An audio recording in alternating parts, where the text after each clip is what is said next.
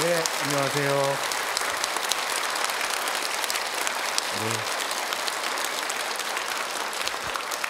네, 먼저 기도로 시작하도록 하겠습니다. 성부와 성자와 성령의 이름으로. 주님, 부족한 저희들 오늘 이렇게 한자리에 모여서 당신의 사랑을 나누고자 합니다. 저희들이 당신의 사랑을 받아들이기에 합당치 않으나 당신의 성령을 저희에게 보내주시어 저희 마음이 예수 성심의 사랑으로 불탈 수 있도록 은총 내려주소서. 이 모든 말씀 우리 주 예수 그리스도를 통하여 비나이다. 성부와 성자와 성령의 이름으로. 예, 오늘 사랑을 찾는 고독의 여정, 그리고 이제 부제로는 사랑의 시원을 찾아, 이런 여정으로 이런 주제로 같이 여러분들과 함께 나누고자 합니다. 제가 이 강연을 여러분들한테 초대할 때 이렇게 얘기해 줬어요. 지금 사랑하고 싶으신 분들, 지금 외롭고 고독하신 분들, 그런 분들 초대한다고. 여러분들 그런 분들이 오셨어요 오늘? 예, 그렇죠. 여러분들이 오늘 제가 같이 이렇게 나누는 주제는 사실 전부 제 이야기입니다. 제가 그동안 지금 50 넘게 살면서 지금까지 체험해왔던 제 사랑에 대한 얘기를 여러분들하고 함께 나누고자 합니다.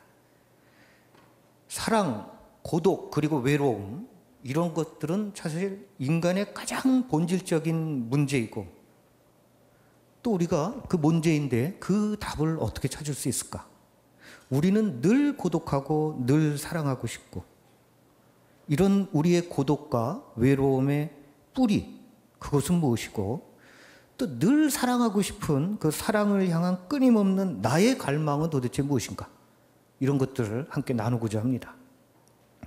제가 이따가 얘기를 하겠지만은 제가 20대 초반에 참 어려운 시간을 지냈습니다. 지금 생각해 보면은 우울증 초기 증세였던 것 같아요.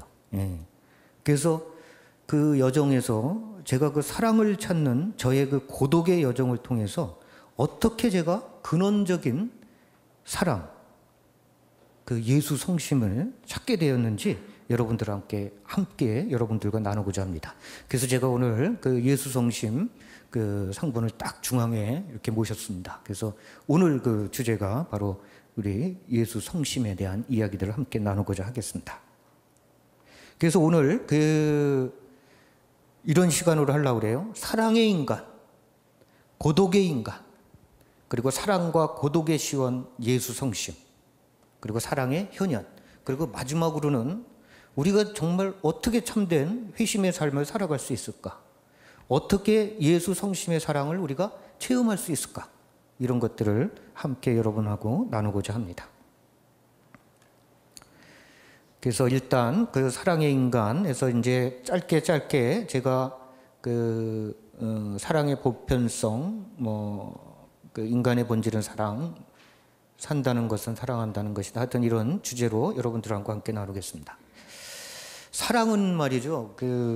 사람들이 아주 공통된 주제이면서 어쩌면 인간은 저는 이 사랑 때문에 존재하고 있는지도 모른다는 생각이 들어요. 사랑은 모든 시대, 모든 세대, 그리고 모든 문화의 사람들이 함께 통교할 수 있는 주제입니다. 함께 소통할 수 있는 주제입니다.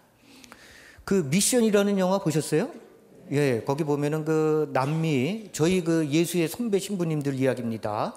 남미에 가서 원주민들 만나고 그러는 선교 장면이 있는데, 저는 그 장면을 보면서 그런 생각을 해요. 원주민들하고 말이 통하겠어요? 문화가 서로 통하겠어요? 어떻게 그 사람들이 서로 소통할 수 있었을까? 그들이 서로 소통할 수 있었던 것은 유일한 통로는 마음, 연민, 사랑, 이런 것입니다. 그런 어떤 인간의 공통된 요소를 통해서 서로 소통할 수 있었습니다. 신학적인 지식을 갖고 소통한 게 아니죠. 그렇잖아요. 원주민하고 무슨 신학적인 지식 갖고 서로 소통을 하겠습니까? 따라서 사랑은 모든 인간의 문화와 전통을 잇는 저는 유일한 끈이라고 생각을 합니다. 또 사랑은 모든 종교를 하나로 잇는 인간의 보편적인 진리입니다. 모든 종교의 근원은 사랑이고 각 종교는 그 사랑이라는 진리를 각기 자기들의 언어로 표현하고 있을 뿐입니다. 다르게. 오래전에 2000년도쯤 되는 것 같아요. 제가 인터넷에서 원숭이들의 단식 투쟁 이런 기사를 읽어본 적이 있어요. 혹시 기억나시는 분 없죠? 네, 없으실 거예요. 그 당시에 과천 서울대공원에서 난리가 났다고 합니다. 고릴라, 오랑우탕, 침팬치 이런 유인원관에 있는 식구들이 음식을 거부한 채 바닥에 누워 있고 우울증에 걸리고 온갖 질병을 앓았다고 합니다.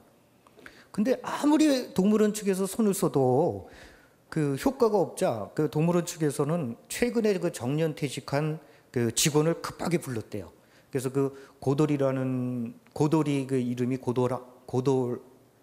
고릴라 이름이 고돌인데 들어오자마자 고돌아 이렇게 부르니까 정말 고돌이가 벌떡 일어나갖고 그 직원 품에 안기면서 그동안 있었던 고돌이의 이상 증세가 싹 없어졌대요.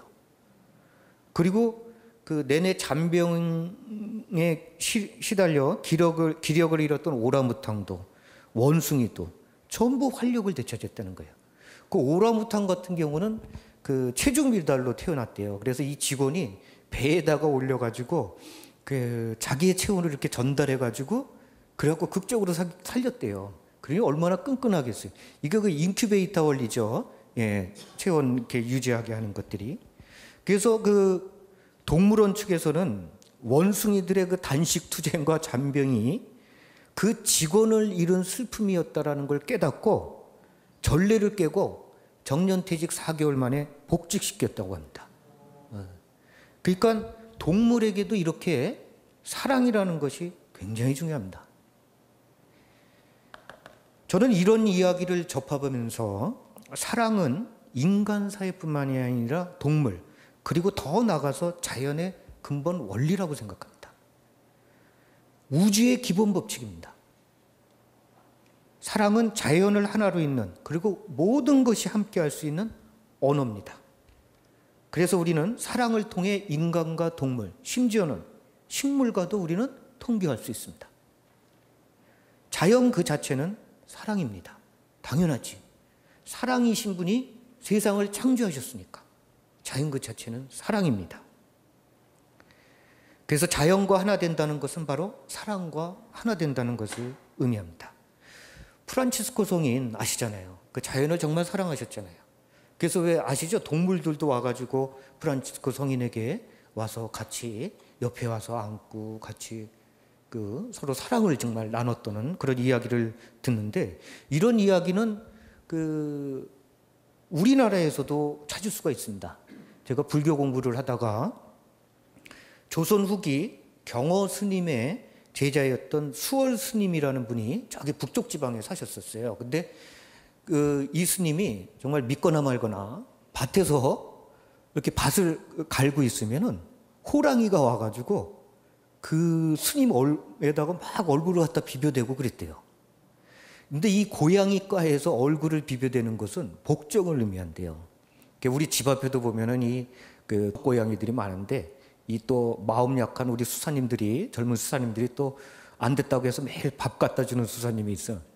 그러니까 이 고양이들이 도망을 안 가고 어느 날은 밥을 갖다 줬더니 이 고양이가 다가오더니 수사님 신발에다가 막 갖다 얼굴을 비벼대더래. 예, 이게 그러니까는 복종을 의미한다고 그렇게 얘기를 해요. 그러니까 호랑이도 수월 스님이 사랑 가득하신 분이라는 걸 아는 거예요. 알잖아요. 그렇잖아요. 동물들이 그 사람이 나를 사랑하는지 싫어하는지 다 알잖아요. 그래서 그것은 바로 스님께서 그렇게 사랑을 가득 갖고 계시다는 것을 호랑이도 알았던 거죠. 저는 30대 후반에 참 이상한 체험을 했습니다. 이 얘기를 갖다가 여기 계신 분들은 다 이해하실 거예요. 근데 이 젊은 20대들한테 얘기하면 뭔 말인지 모르더라고요. 제가 외국에서 그 영어 공부를 하면서 신학을 공부하는데 굉장히 힘들었습니다. 예, 당연히 힘들지. 그 뭐 외국어 언어로 한국말로 공부하기도 힘든데 그잖아요, 그죠? 예, 굉장히 힘들게 지내고 있는데 어느 날 저녁 때 음악을 들으면서 이렇게 앉아 있는데, 저 깜짝 놀랐어요. 막 그 사랑을 하고픈 어떤 기운이 막 하늘에서 떨어져 가지고 어깨에 막 쌓이는 거를 느꼈어요. 그래갖고 그때는 누구든 지나가는 어느 여인에게든 양동이에다 그 사랑을 하나 가득 퍼갖고 그냥 가서 무조건 퍼붓고 싶었던 그런 시간이 있었어요. 무슨 말인지 아시죠? 여기는 다 아실 것 같아. 예. 그래서 정말 그 대상이 없이 누군가를 사랑하고 싶은 열망이었던 거예요. 제가 그 생각을 했죠. 야, 이때 누굴 만나면 참 위험하겠구나. 위험하지, 그때. 근데 그런 때가 있단 말이야. 그게. 저는 나중에 그런 생각을 했어요. 우리들 안에는 이렇게 쉼 없이 사랑의 에너지가 계속 쌓인다고 생각을 해요. 이것을 나름대로 방출하고 있을 때 그때는 잘 느낄 수 없습니다. 아주 젊거나 활동적일 때는. 근데 우리가 이걸 고독 속에 머물 때 우리는 이거를 몸으로 느낍니다. 우리는 이러한 사랑의 에너지를 의식적이든 무의식적이든 각자 나름대로 방출하고 있습니다. 무엇인가, 누구에겐가. 그 에너지를 우리는 발산하고 있고 또 발산하고 싶은 열망이 있습니다. 이것을 또 이러한 에너지를 자기 성취를 위한 일을 통해서 자기 성취로 발산을 하거나 어떤 욕심과 탐욕 또는 어떤 이기적인 사랑의 모습으로도 발산을 할 수도 있습니다. 이런 부정적인 모습도 있지만 이것을 보편적인 사랑으로도 발산이 가능합니다. 그 보편적인 사랑이라 하면 이기적이고 배타적이 아닌 세상을 향해 열린 사랑, 이렇게 얘기하면 좀 관념적인데 아주 쉽게 얘기하면 아무에게도 상처를 주지 않는 사랑, 가족 간의 사랑, 이웃 간의 사랑, 그죠? 전혀 상처를 주지 않는 그런 사랑입니다. 그러니까 저희 같은 사람들도 그 사도직 현장에서 만나는 사람들에게 사랑을 전하면서 얼마든지 이것을 우리는 풀 수가 있어요. 저도 그때 이런 게 한참 그런 어떤 열망이 있을 때 제 조카를 말이죠. 정말로 아주 사랑하는 마음으로 그냥 꼭 안아주잖아요. 그러면 그게 빠져나가는 게 느껴져요. 예, 그런 것들이. 그러니까 그게 순환이 되고 있는 거예요. 그런 것들이. 이러한 에너지를 부부 공동체, 가정 공동체, 여러 사회 공동체의 인간관계를 통해서 우리는 자연스럽게 발산하며 살아가게 되고 살아가는 것이며 우리 안에 쌓여있는 이 에너지를 우리는 늘 표현하면서 살아가야 됩니다. 그래서 중요한 거는 언제나 사랑하면서 살아가는 것입니다. 사랑하면서. 그리고 우리들 안에 이렇게 왜 사랑의 에너지가 쌓이는 것일까? 그것은 우리는 원래 사랑 그 자체이기 때문입니다.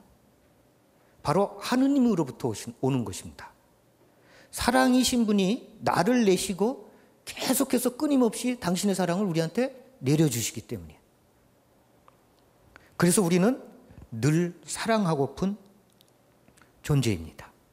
사랑은 괴여 있으면 안 됩니다.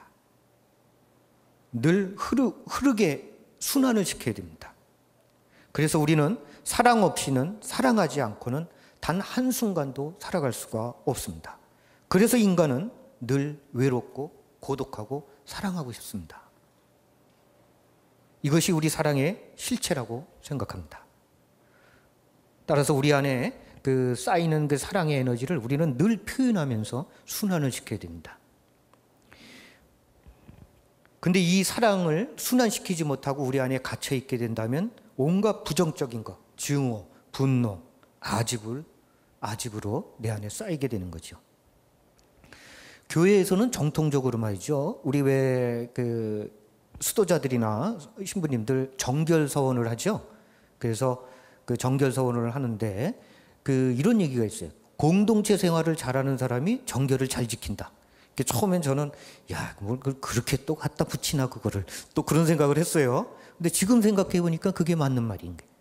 왜냐하면은 공동체 생활을 잘한다는 얘기는 자기 안에 쌓이는 사랑의 에너지를 공동체에서 순환을 시킨다는 얘기야. 근데 공동체 생활을 안 하면은 이 순환이 안 되니까 밖으로 나갑니다. 순환한 곳을 찾아서. 근데 이거는 우리뿐만이 아니라 가정 공동체도 마찬가지예요. 가정 안에서 그 사랑의 에너지가 순환이 되면 가정 안에 머무는데 가정 안에서 순환이 안 되면 나갑니다. 왜냐하면 인간은 끊임없이 자신의 그 사랑을 표현하고자 하는 열망이 있기 때문에. 그래서 부부 공동체도 가정 공동체도 마찬가지입니다. 그래서 산다는 것은 사랑한다는 것이다. 사랑은 괴어 있지 않고 끊임없이 순환되도록 해야 된다. 영신수련에서 이나시오 성인은 사랑은 주고받는 것이라는 얘기를 했어요. 저는 그것을 갖다가 이렇게 사랑을 늘 우리는 표현하면서 순환시키면서 살아가야 된다는 그런 의미로 생각을 합니다. 근데 우리가 사랑을 할 때는 그 대상이나 범위가 중요한 게 아니라 사랑을 하고 있다는 그 자체에 의미가 있는 것입니다. 아무리 그 사랑이 작아 보이고 또 보잘것없어 보이더라도 사랑을 실천하고 있다라는 그 자체가 의미가 있는 것입니다. 미사가 5명하고 하는 미사하고 10만 명하고 하는 미사하고 그 위대함이 차이가 있겠습니까? 똑같습니다. 사랑도. 내가 아무리 작은 사랑을 실천해도 위대한 사랑, 정말 신문지상에 나오는 그런 사랑이나 다를 바 없습니다. 사랑을 하고 있다는 그 자체가 위대합니다. 그래서 그 사랑은 하느님으로부터 오는 것이고 그것은 그러한 초월적 존재의 사랑은 이미 범우주적인 행위입니다. 사랑을 하고 있다면 이미 저희는 우주 전체를 사랑하고 있다고 저는 생각을 합니다. 세상 모두를. 미운 사람을 사랑한다는 것은 논리적으로 말이 되지 않습니다. 미운데 어떻게 사랑을 해요? 그 자체가 초월적 행위입니다. 초월적 행위입니다. 왜? 사랑과 용서는 하느님의 속성이기 때문에 사랑과 용서를 내가 하고 있다면 그 자체가 초월체입니다. 초월체. 하느님의 속성을 서로 함께하는 것이기 때문에 그거는 초월체입니다. 그래서 우리가 사랑을 할 때는 공간적인 의미나 그 어떤 주관과 객관의 대상적 의미로 파악하지 않고 그 크기나 그 어떤 대상을 중요하게 생각하지 않고 사랑을 하고 있다라는 그 자체에 우리는 초점을 맞춰야 됩니다. 그 자체가 이미 위대한 것이기 때문입니다. 그래서 사랑을 할 때는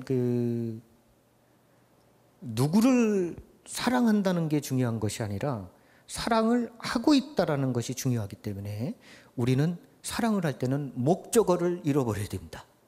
사랑을 하고 있다라는 그 동사에 초점을 맞춰야 됩니다. 형제에게 한 것이 곧 나에게 한 것이다. 이게 도대체 무슨 말인가? 비유의 말씀인가? 비유가 아니죠. 하느님의 다른 이름은 사랑이기 때문에 내가 지금 사랑을 하고 있다면 나는 지금 하느님을 만나는 것입니다. 내가 지금 사랑하고 있다면.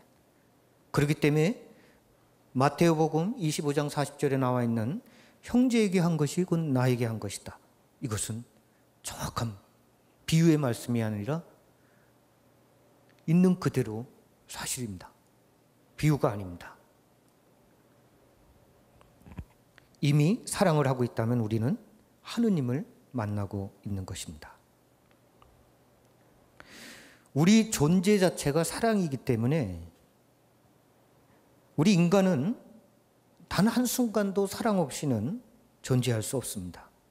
언제나 사랑을 찾는 존재입니다. 제가 이제 계속 이제 앞으로 얘기하도록 할 텐데, 제가 직장 생활을 이제 그 8년 차째 되는 때 예수에 입회를 했어요. 그러니까 난 대학 졸업하고 직장 생활을 그러니까 7, 8년 했습니다. 그 7, 8년 해갖고 33세 예수에 입회를 했는데, 제가 30살 때 이제 직장을 다닐 때 저기 강남 쪽에서 그 직장을 다녔었는데, 좀 이상한 모임을 한 적이 있었어요. 좀 재밌는 모임인데, 모임 인원이 한 10대 명 되는데, 그 제일 나이 어린 사람이 저였고, 30살. 제일 나이 어린 사람이 저였고 30살이었고, 제일 나이 많은 사람은 67 되셨어요. 그래갖고 30살부터 67세까지 한 10대 명이 친구처럼 모여가지고, 특별히 목적이 이유가 있다면 비가 오거나 눈이 내리면 모여서 같이 술 먹는 모임이 있었습니다. 그러니까 그냥 그렇게. 그래서 참 재밌는 모임이죠. 그 인원이 그냥 친구처럼 이렇게 같이 모여서 술을 먹고 같이 어울려 놀았습니다. 근데 그때 저는 이제 30살이었는데 50대 중반쯤 되시는 분이, 왜 50대 중반 돼도 왜 손주 보시는 분들이 있잖아요. 그러니까는 벌써 할머니가 된 거야. 근데 그런데 그분이 그런 말씀을 하셨어. 어제 친구랑 그 사우나에 갔었는데 자기 친구가 이런 얘기를 하더래. 어제 TV 드라마 봤는데 남자 주인공이 너무 멋지더라. 나도 그런 사랑 한번 해보고 죽고 싶다. 그런 얘기를 했대요. 그래서 이분이 같은 친구가, 아니 손주까지 있는 게 할머니가 못하는 말이 없네, 이런 얘기를 하시더라고. 근데 제가 그 얘기를 30살인 제가 그 얘기를 들으면서 진짜 50 넘으신 분이 왜 저런 말씀을 하시나? 아니 이런 생각을 한 게 아니라, 그때 제가 깨달은 게 있어. 인간은 나이가 적으나 많으나 늘 사랑하고픈 존재구나. 그걸 깨달았어요. 맞죠? 예. 제가 지금 벌써 그분 나이가 돼가고 있습니다. 보니까 맞는 말이에요. 인간은 이렇게 늘 사랑을 해야 되는 존재입니다. 그래서 인간은 사랑받아야 할 시기에 사랑을 받지 못하면 그 자체가 상처입니다. 유아기, 소년기, 청년기, 결혼한 후를 포함해서 인간이 살아가는 모든 순간을 의미합니다. 사랑하지 않는 것, 사랑받지 않는 것, 그 자체가 상처입니다. 상처. 그래서 인간은 스스로 끊임없이 내가 받는 존재임을 끊임없이, 그리고 또 사랑하는 존재임을 끊임없이 우리는 확인하고자 합니다. 인간은. 산다는 것은 사랑한다는 것입니다. 그래서 제가 먼저 사랑은 우리 인생의 키워드입니다. 하지만 우리 안에 사랑이 없다면 우리는 결코 아무에게도 사랑을 전할 수가 없어요. 그렇다면 우리가 어떻게 사랑을 우리 안에 간직할 수 있을까? 먼저 결론을 말씀드린다면, 우리가 주님 사랑 안에 머물 때만 그것이 가능합니다. 그때 비로소 우리는 다른 이들에게 우리의 사랑을 전할 수 있습니다. 물론 제가 얘기하는 것은 세상에서 말하는 그런 상대적인 사랑이 아니라 절대적인 사랑을 의미합니다. 그래서 주님은 우리를 초대하십니다. 너희는 언제나 내 사랑 안에 머물러 있어라. 이제 제가 고독의 인간에 대해서 한번 나눠보고자 합니다. 그래서 사랑을 찾아 헤매는 고독에 지친 그 삶, 그리움과 외로움, 사랑의 수수께끼, 이런 주제로 해보고자 합니다. 제가 아까 말씀드렸지만 제가 20대 초반에 지금 생각해보면 우울증을 앓았던 것 같아요. 아마 지금쯤 같았으면 아마 최소한 심리치료는 받으러 다녔어야 됐을 것 같아요. 외로움 때문에 여러분 가슴이 아프신 적 있으세요? 예. 그런 분들도 있겠지만 저는 이거 비유가 아니라 진짜입니다. 제가 20대 초반에 진짜 가만히 있는데 외로움이 막 뼈에 사무치는 거야. 그 진짜 뼈가 아팠어요. 진짜. 이거 비유가 아니라 진짜 그랬어요. 너무 외로워서 뼈가 아팠어요. 제가 그때 자다가 제 울음소리에 깬 적이 있어요. 깨고 나서 제 꿈을 보니까 꿈이 너무 슬픈 거야. 그래서 또 울었어요. 근데 꿈 내용은 다른 게 아니라 그런 거였어요. 어느 절벽 한가운데 제가 버려진 거예요. 그래서 제가 울부짖는 꿈이었어요. 나는 언제까지 혼자이어야 하느냐. 울부짖는 꿈이었었어요. 정말 지금 저는 그때 일기장에 이렇게 쓴 그대로 한번 읽어보면 이렇게 썼어요. 제가 21살 뭐 그때쯤 쓴 것 같아요. 나는 오늘 하루 동안 쓰고 있던 내 가면을 벗어 책상 위에 걸어놓는다. 그리고 실제로 제가 그때 영감타를 하나 사갖고 책상 위에다 걸어놨어요. 그리고 내일 아침이면 또 저 가면을 써야 한다는 생각에 나는 아무런 의미 없는 미소를 지어본다. 정말 함께 내 이야기를 나눌 사람이 없었습니다. 정말 그때 제가 일기장을 보면 어떻게 이렇게 매일 지친 삶을 살아갈 수 있었을까 그런 생각을 해요. 제가 오늘 그때 썼던 일기장을 지금 버렸지만 제가 이 색깔 있는 부분을 해갖고 제가 한번 읽어보도록 하겠습니다. 그대로 어둠의 별빛 속으로 사라지는 모습 가거라. 그리고 영원히 돌아오지 말아다오. 폐색된 너의 인생을 다시 목 놓아 부르지 마라. 아무도 너의 사라짐에 슬퍼할 사람은 없다. 현실이란 이질적인 틀 속에서 너는 방황해야 하느냐. 악마의 흐느낌이 나를 미소 짓게 하고 그들은 지금 광란의 춤을 추고 있다. 순간의 존재에 무너져 내리는 슬픔을 느끼고 공간 속의 작은 한 점이 되어 침몰하고야 말을. 폐수 속에서 영원히 헤어나지 못할 인간. 무엇을 찾으러 이곳에 왔는지. 인간은 발버둥치며 소리 높여 외치고 있다. 필요 없을 인간. 썩어가는 폐수 속에 영원히 잠겨버려라. 그리고 너의 자취조차 찾지 말아다오. 허우적거리는 인간들. 죽음의 순간은 흐리고 시간은 멈췄다. 어둠이 떨어진다. 또 한 인간이 사라져간다. 조락에 파묻히는 잃었던 전설. 너무나도 지루한 밤. 제가 이거 21살 때 쓴 글이에요. 그저 보니까 제가 뭐 카톨릭 신자니까는 뭐 자살할 생각은 없었지만 그 죽음이라는 게 많이 배경이 돼 있죠. 그리고 또 그때 썼던 거 또 색깔 있는 부분만 읽겠습니다. 굳게 막혀진 육면체의 상자 속에서 나는 또 구르기 시작한다. 보이는 것은 모두 벽뿐이다. 도대체 누가 나를 이곳에 가두어 놨을까? 버려진 인간, 도시의 그늘에서 꺼져가고 있는 생명, 목적 없이 구르는 삶, 가버린 인간들. 내 모습을 지울 수 있는 지우개를 찾아보자. 이어지는 순간들을 나는 자르지 못한다. 말할 수 없는 진실, 어두운 도시, 반겨줄 리 없는 이방인, 필요치 않은 시간의 흐름, 누군가를 그리워하고 싶다. 깊은 땅 속에 파묻혀 일어설 수 없는 인간. 주님, 왜 당신은 아무 말씀 없이 보고만 계십니까? 왜? 이 끝부분은요, 기도하는 마음이 아니에요. 무슨 말인지 알겠죠? 너무 힘들어서 불평하고 한탄을 하는 거예요. 절대 제가 주님한테 기도하고 겸손한 마음으로 기도하는 게 아니라 도대체 당신은 뭐 하시는 것입니까? 내가 이렇게 힘들게 지내고 있는데 당신 계시는 겁니까? 이런 불평 한 것들이에요. 이게 제가 그때 이렇게 노트에다 썼던 그림들이 좀 남아있어서 제가 한 건데 이 좌측에 있는 그림은 날개. 날고 싶은데 석고상이야. 그래서 날 수가 없어. 그리고 우측에 있는 건 뭐 대충 짐작 느낌이 오시겠죠. 불덩어리에 떨어지는 모습들. 이거는 제 친구 보고 저를 찍어달라고 그랬어요.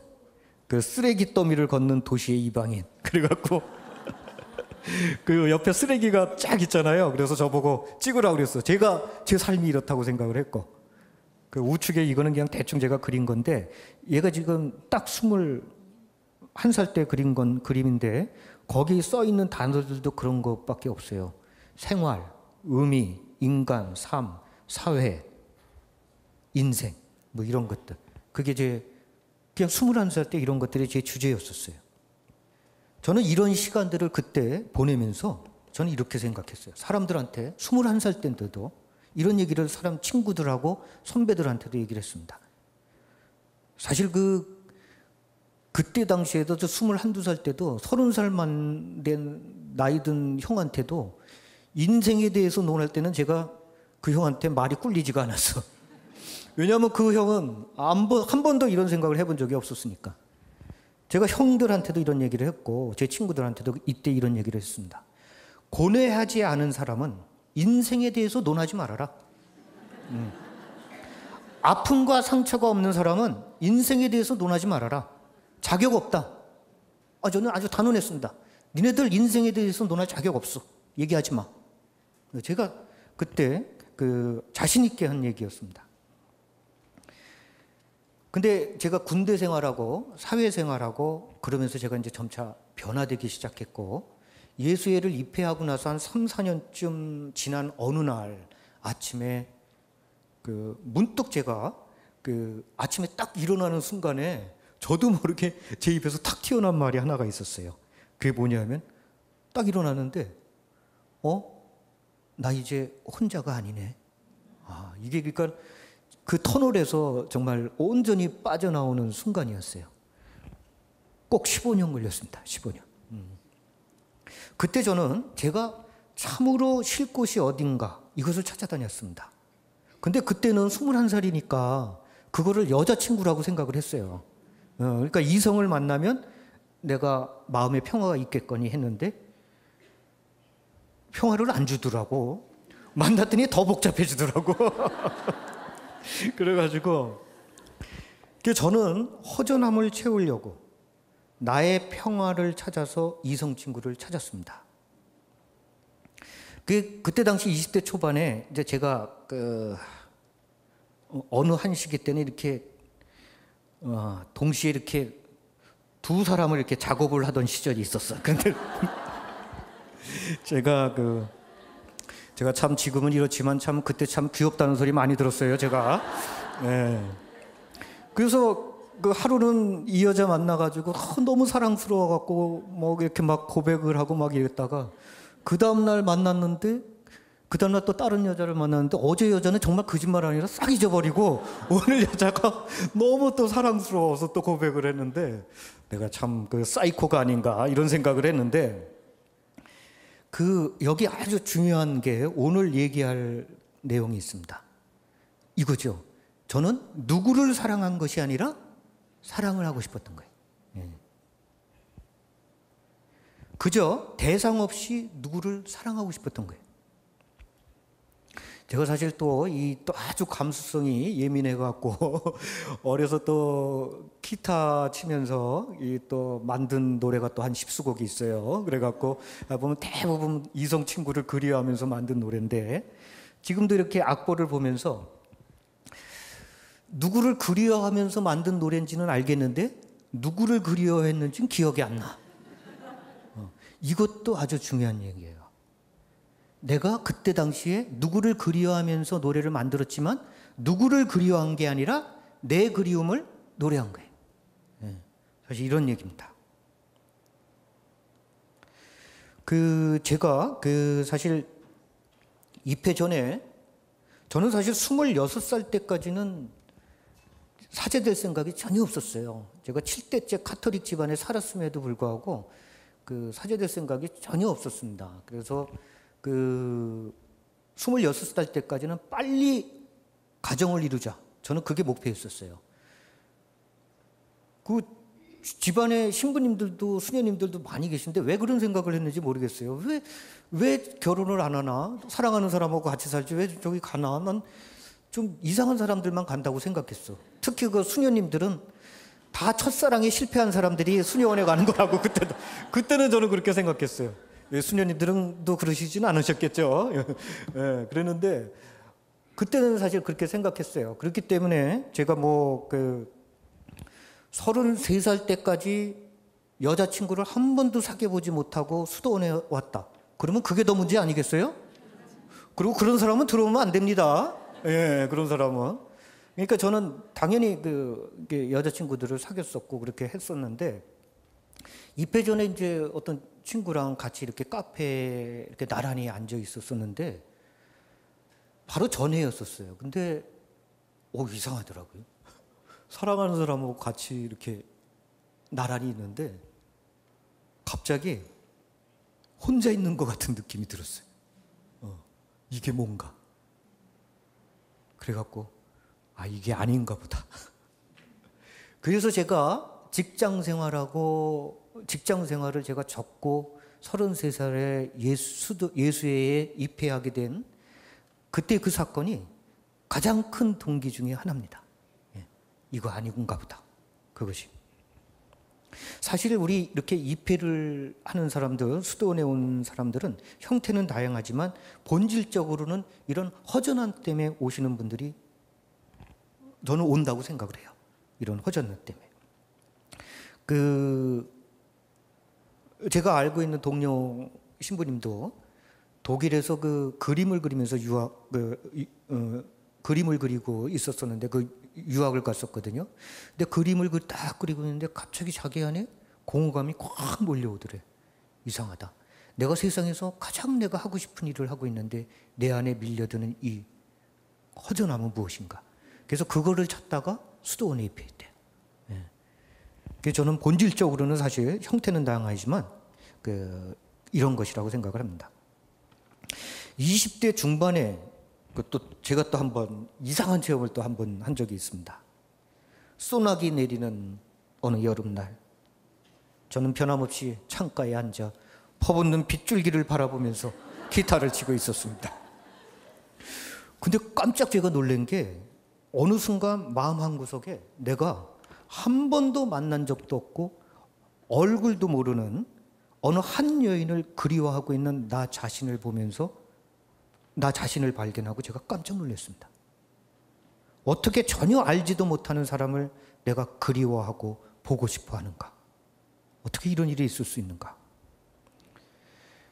저는 얼마 후 그것이 인간의 가장 내면적이며 본질적인 그리움이라는 걸 알게 됐습니다. 우리 인간은 누구나 이런 본질적인 그리움을 가지고 살아갑니다. 그것을 친구라고 생각하는 사람은 친구를 찾아 나서고, 그것을 이성이라고 생각하는 사람은 이성을 찾아 나서고, 또 이것을 어떤 일이나 물건으로 채우려는 사람도 있습니다. 그러나 이러한 본질적인 그리움은 그 어느 것으로도 채워지지 않는 그런 그리움입니다. 그것은 사랑하는 사람과 함께 있으면서도 이따금씩 우리에게 찾아오는 그런 그리움입니다. 그것을 저는 존재론적인 그리움이라고 생각합니다. 그것은 우리가 절대적인 존재를 그리워하는 그런 그리움. 그리움은 인간의 본성 중에 하나입니다. 또한 그것은 하느님께서 우리 인간을 부르시는 목소리입니다. 인간에게는 세 종류의 외로움이 있다고 생각을 합니다. 사회학적인 외로움, 생물학적인 외로움, 존재론적인 외로움. 그러니까 외로움과 고독을 아주 이렇게 구별을 할 수도 있겠지만 오늘 강의에서는 그렇게 크게 구별은 안 하고 사용하겠습니다.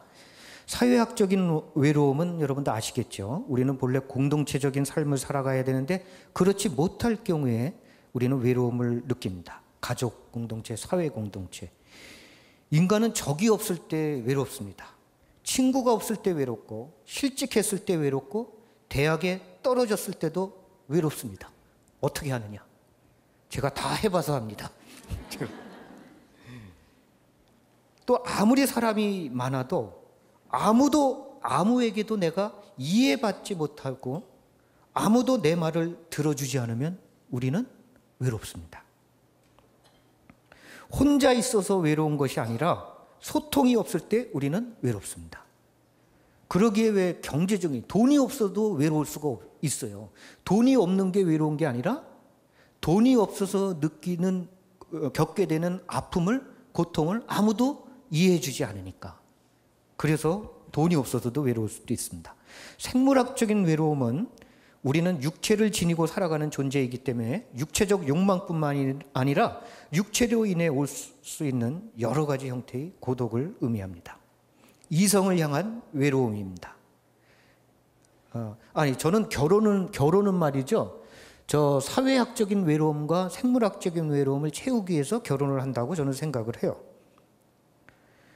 그리고 마지막으로 존재론적인 외로움이 있는데, 그것은 우리가 존재의 근원으로부터 멀리 떨어져 있을 때 필연적으로 느끼게 되는 외로움, 신을 향한 그리움입니다. 그분과 함께 할 때만 비로소 채워질 수 있는 그런 그리움입니다. 칼라너는, 예수의 신학자 칼라너는 그런 얘기했어요. 인간의 가슴 속에는 누구나 커다란 구멍이 하나 있다. 그 구멍은 오로지 하느님만이 채울 수 있다. 같은 얘기죠. 예. 그것은 결혼한 부부에게서도 서로에게 절대 채워질 수 없는 그런 공간으로 우리가 인생을 살아가면서 필연적으로 느끼게 되는 그런 외로움입니다. 그래서 결혼을 해서 사회학적인 외로움, 생물학적인 외로움이 해결이 되더라도 인간은 계속 고독하죠. 외롭죠.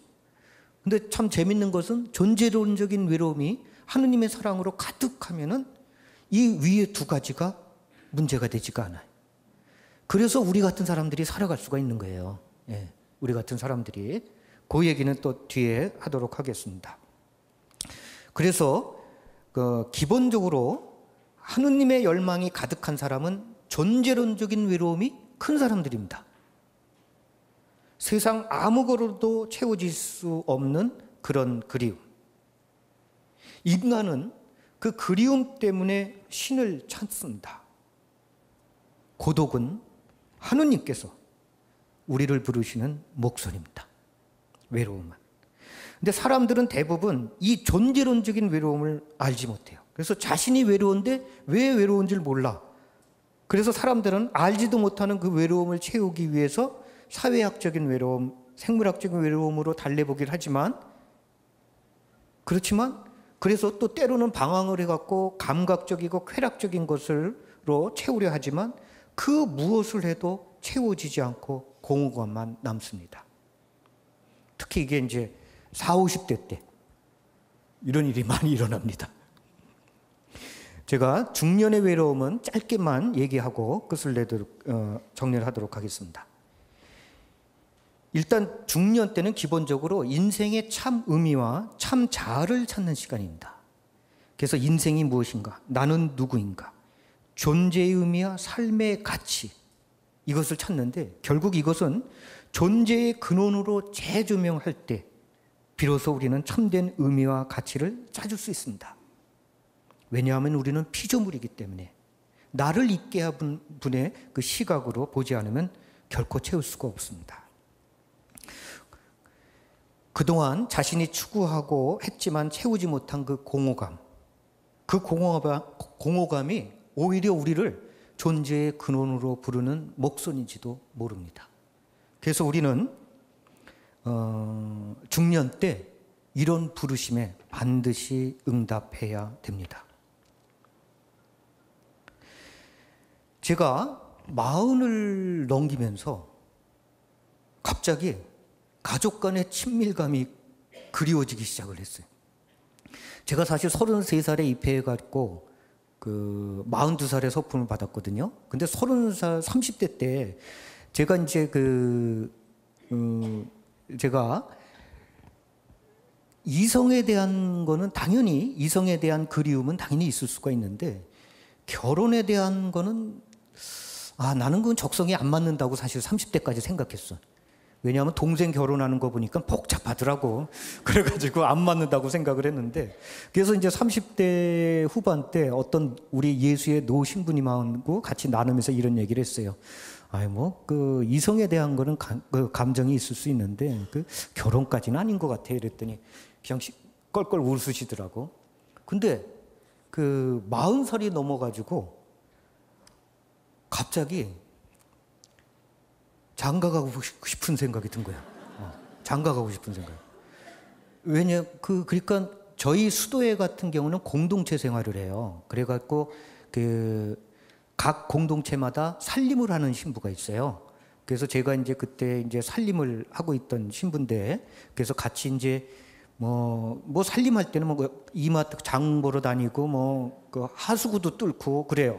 예, 하수구도 뚫고 그런 거 하고 그러는데 그 이마트 가서 장 보러 가는데 제가 수도원 와갖고 처음으로 아니 부부가 애 데리고 장 보러 오는 사람이 너무 부러운 거예요. 그래서 처음으로 내가 장가 가고 싶다는 생각을 수도원 와서 처음 해봤어요. 그래갖고 제가 그때 그 노 신부님을 또 찾아갔습니다. 신부님, 제가 미쳤나 봐요. 제가 갑자기 장가가 가고 싶었어요. 그랬더니 이 노 신부님이 껄껄껄 웃으면서 이제야 네가 정상으로 돌아왔구나. 오히려 전에 네가 그런 얘기했을 때 나는 이상하다고 생각했다. 왜냐하면 당연히 느끼는 것 친밀감을 그거에 대해서 별로 건조하게 생각하고니까. 그리고 나서 저는 그렇다면 나는 왜 그 길을 가지 않고 이 길을 가야 하는가? 라는 걸 제가 스스로 질문하기 시작했습니다. 그리고 그 답을 찾느냐고 또 한 3년이 흘렀습니다. 그리고 제가 다음 시간에 또 얘기를 하겠지만은 그리고 나서 제가 지금은 그 답을 찾고 이제는 다시 선택의 순간이 와도 이거는 정말 멋있으라고 하는 얘기가 아니라 정말 겸손되게 저는 이 길을 택할 수밖에 없다고 고백합니다.